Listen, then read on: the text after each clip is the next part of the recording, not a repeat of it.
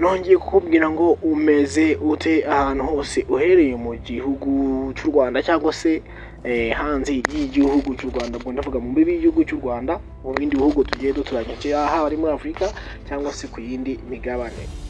Umeze ute umwaka wa 2024 umereye ute? Uri kumva ute cyangwa se uri kubona ute? Duhure muri comment rero umbwira uko biba byifashe kuri ino mihanda, ariko natwe comment ku kiganiro tuba tugiye kubakorera.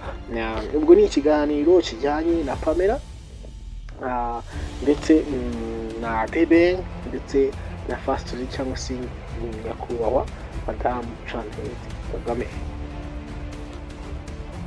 umudamu w'umukuru w'igihugu cyacu cy'u Rwanda.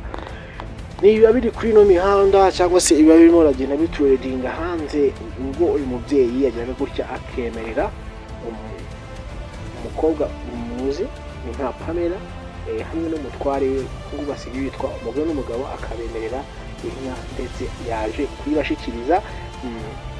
Ese iyi nka yabahaye yo kuwenda reka turebe ngo niyo nk'iki cyangwa se yabacaga iki?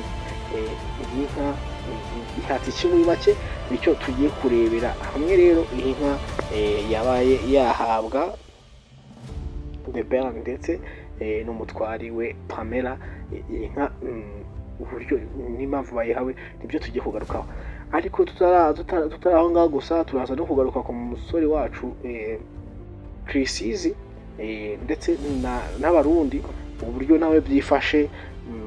Nabwo turaza kugenda tubicamo gake gake. Urumva rero ni amakuru abiri, harimo ayanga ya Pamela na Deben na Madamu Jeannette Kagame ndetse na Krisizi. Turaza kureba ukuntu byifashe kugira ngo babe bamuca mu gihugu cy'u Burundi. Krisizi we bamuciye mu gihugu cy'u Burundi.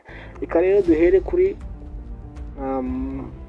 Madamu Jeannette Kagame waje kubagira gutya akajya gusura mu rugo ahantu Pamela na Deben batuye, akabasura nk'abana be cyane cyane nka Pamela kuko buriya ngo nawe ni umuntu w'umuryango ukomeye cyane, ko baba barakomotse mu muryango w'abagabo baba baritangiye igihugu, abagabo bararwaniye igihugu cyane, baba bafite ikintu cyitwa ishyaka rikomeye cyane kugira ngo igihugu kibe kigeze ahangaha kigeze. Ni ahantu rero barashyizemo imbaraga mu bihe byashize igihugu kiba cyaciyemo kiri mu bihe bibi, bakavuga ati tugomba kubohoza igihugu cyacu cy'abanyarwanda muri rusange.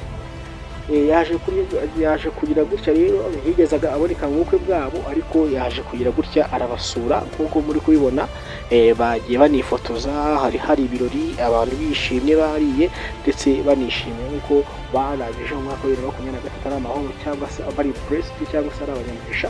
Bavuga ati Mana unaturinda umwaka wa 2024 tujyemo. Nibaye byiza umva Pamela nabwo yazabyara umwana we wa mbere w'imfura, umva ko byaba ari sawa. Rero baje kuba rero bahabwa iyo nka nyine kugira ngo izabafashe gukamishiriza abo bana cyangwa se umwana uzavuka nk'impano ikomeye cyane muri mu Rwanda. Ikintu kitwa inka ni ikintu kiba gikomeye cyane.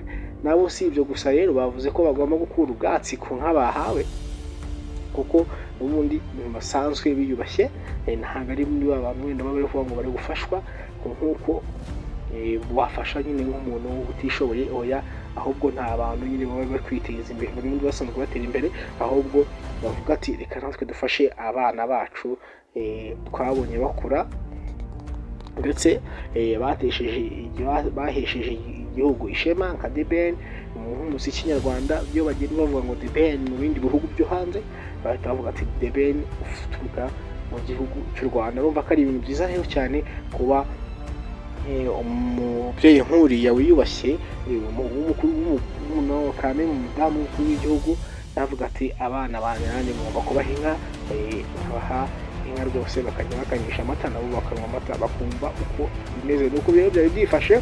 Tubareke rero ku musore wacu Krisizi, ntabwo nagenda nabibabwiye kandi nabibemereye, ariko mbere na mbere ubanze rero ko kanda subscribe. Niba utarakanda subscribe kandi kugira ngo ibintu bijye bikomeza biba ubuki, tubaha inkuru uhita uyibona vuba kanya nk'ako guhombya.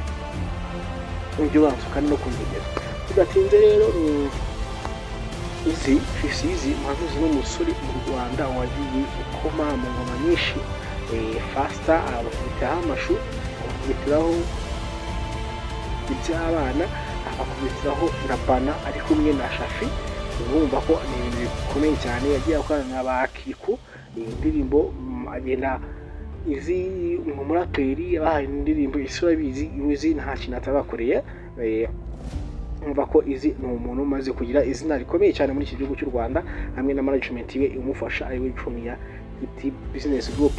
Rero izi ngo yaje kugira gutya, bamwe mu Barundi harimo Double J na Kiriku, bamwe mu Barundi bakomeye cyane nabo bamaze kuzamuka mu muziki ndetse no gucesha Abanyarwanda, kubera ko mu makuru bo bakoze bagiye bakora bavuga ko ari club yagiye agira ama views menshi kurusha indirimbo zabo bano bakoraga ku giti cyabo, akaba arizo ziba zaragiye zinabazamura, nubwo nyuma baza kugenda gutya bakihenura. Izi rero we ngo bagiye kuba bamuca mu gihugu cy'u Burundi, ngo kubera ko ngo harimo ngo buhemu ngo bakorewe bano bagabo. Ntange naramenya ngo ubuhe buhemu, gusa ndimo ndagenda nkurikirana, ndaza kumenya amakuru, naza kumenya amakuru neza nayo ndaza kuyabaha, kuko niko kazi kanjye nihaye kandi niyemeje ko kubaha amakuru. Gusa izi cyo mumenye ko ngo nuko atemere kongera kwinjira mu Burundi, ndetse n'indirimbo ze bashaka kuza kuzica mu gihugu cy'u Burundi. Bibaye ari byo umva yizi abahombye bamwe bafana bo mu Burundi, nubwo wenda bakuri YouTube bazajya bazireba bakazitunga amafone bakazuka mu ibanga, ariko mu DJs cyangwa se mu mbari cyangwa se mu yandi mapati indirimbo za Chris Easy, kuko ko bakira indirimbo z'abantu bose bo